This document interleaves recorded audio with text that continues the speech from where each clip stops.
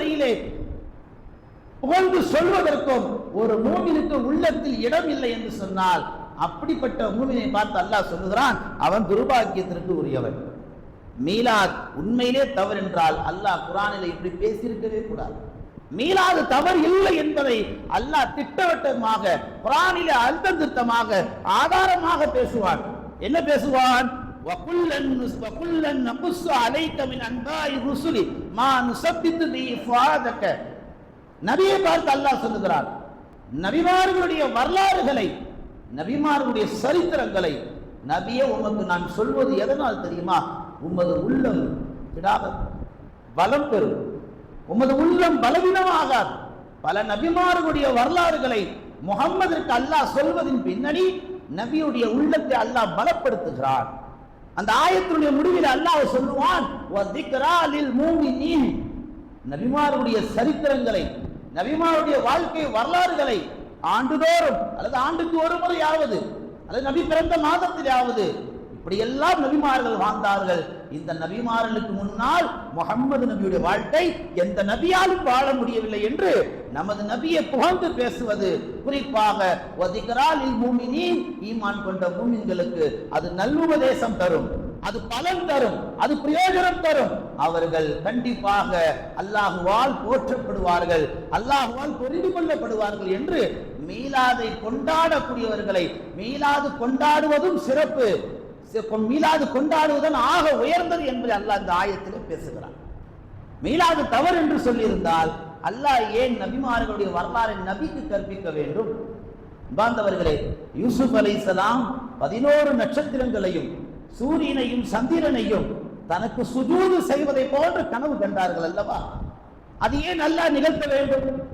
தௌஹீத் ஜமாத்தை சேர்ந்தவர்கள், எதிர்மறை சிந்தனையாளர்கள் மீலாது தவறு என்று சொல்லுகிறார்களே, நபியை புகழ்வது ஷிர்க் என்று சொல்லுகிறார்களே, அப்படி என்றால் யூசுப் நபி அல்லாஹ் வர்ணித்து பேசுகிறானே, கனவில நட்சத்திரங்களும் சந்திரனும் சூரியனும் சஜிதா செய்வதை போன்று அல்லாஹ் ஏன் அந்த கனவை காட்ட வேண்டும்?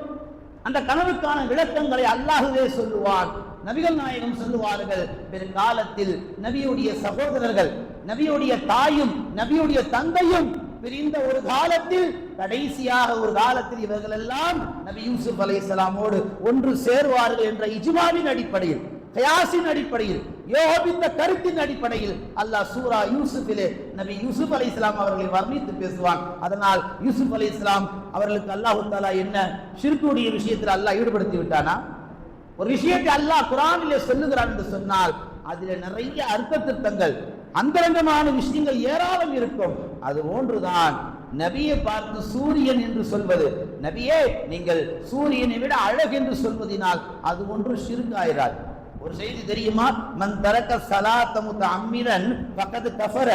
ரசூலுல்லாஹி ஸல்லல்லாஹு அலைஹி வஸல்லம் சொன்னார்கள், யார் வேண்டுமென்றே ஒரு ஃபர்லை விட்டு விடுவானோ.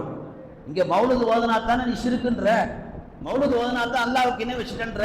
ஆனா இங்க ரசூலுல்லாஹி ஸல்லல்லாஹு அலைஹி வஸல்லம் சொல்லுகிறார்கள், ஒரு வக்து தொழுகையை வேண்டும் என்று விட்டால் நீ காஃபிர் என்று சொன்னார்கள். வாயை போய் எங்க கொண்டு போய் வச்சுப்ப? மௌலிது ஓதுனா ஷிர்க்குன்னு சொல்ற அந்த நாவு, இந்த உம்மத்துல நிறைய பேர் தொழுகாம இருக்கிறாங்களே, அவர்களை பார்த்து நீ காஃபிர் என்று சொல்லிவிட முடியுமா? வாழ்ந்தவர்கள் நபிகளார் ஏன் அப்படி சொன்னார்கள்? அப்படியாவது நீ தொழுகைக்கு வர வேண்டும். நபிகளார் தொழாவிட்டால் நம்மை காஃபிர் என்று சொல்லி இருக்கிறார்கள். தொழவில்லை என்றால் தான் காஃபிருடைய அந்தஸ்துக்கு போவான், ஷிர்க்குடைய செயலில் ஈடுபட்டவனாக ஆகுவான். மௌலுதை ஓதுவதினால் அது ஷிர்காகாது, மௌலுது கொண்டாடுவதினால், மீலாதை கொண்டாடுவதினால் அது தவறாகாது. இப்படி அது தவறாக இருந்திருந்தால் அல்லாஹ் அந்த தவறை குர்ஆனிலே தெள்ளத் தெளிவாக அல்லது வரலாறு நெடுகிலும் எந்த சமுதாயத்தையாவது அல்லாஹ் தஆலா தண்டித்திருப்பானே. வரலாற்றிலே எங்கேயுமே 1500 ஆண்டு காலமாக நபிகளாரை இந்த உலகம் போற்றி புகழுகிறது. ஒரு வருடம் கூட உலகில் இந்த கண்ட்ரியில் நபிகளார் புகழ்ந்ததால் இந்த உம்மத்தை அல்லாஹ் பூமியோடு அழித்தார் என்ற வரலாறு ஒன்றும் கிடையாது. பாந்தவர்களே, இந்த உலகத்தில் வாழக்கூடியவர்கள் நபிமார்கள் இல்லை, எல்லா நபியும் போயிட்டாங்க. சஹாபாக்கள் யாரும் இல்லை, எல்லா சஹாபாக்களும் போயிட்டாங்க. வலிமார்களும் யாரும் இல்லை, எல்லோரும் போயிட்டாங்க. நடமாடும் அவுலியாக்கள் தங்களுக்கு தெரியாது. ரசூலுல்லாஹ் சொன்னார்கள், யாரை பார்த்தால் அல்லாஹ்வுடைய சிந்தனை வருமோ அவர்கள் தான் இறைநேசர்கள். அடுத்து இந்த உலகில் வஹி இறங்குவது கிடையாது, அதுவும் நின்று போச்சு.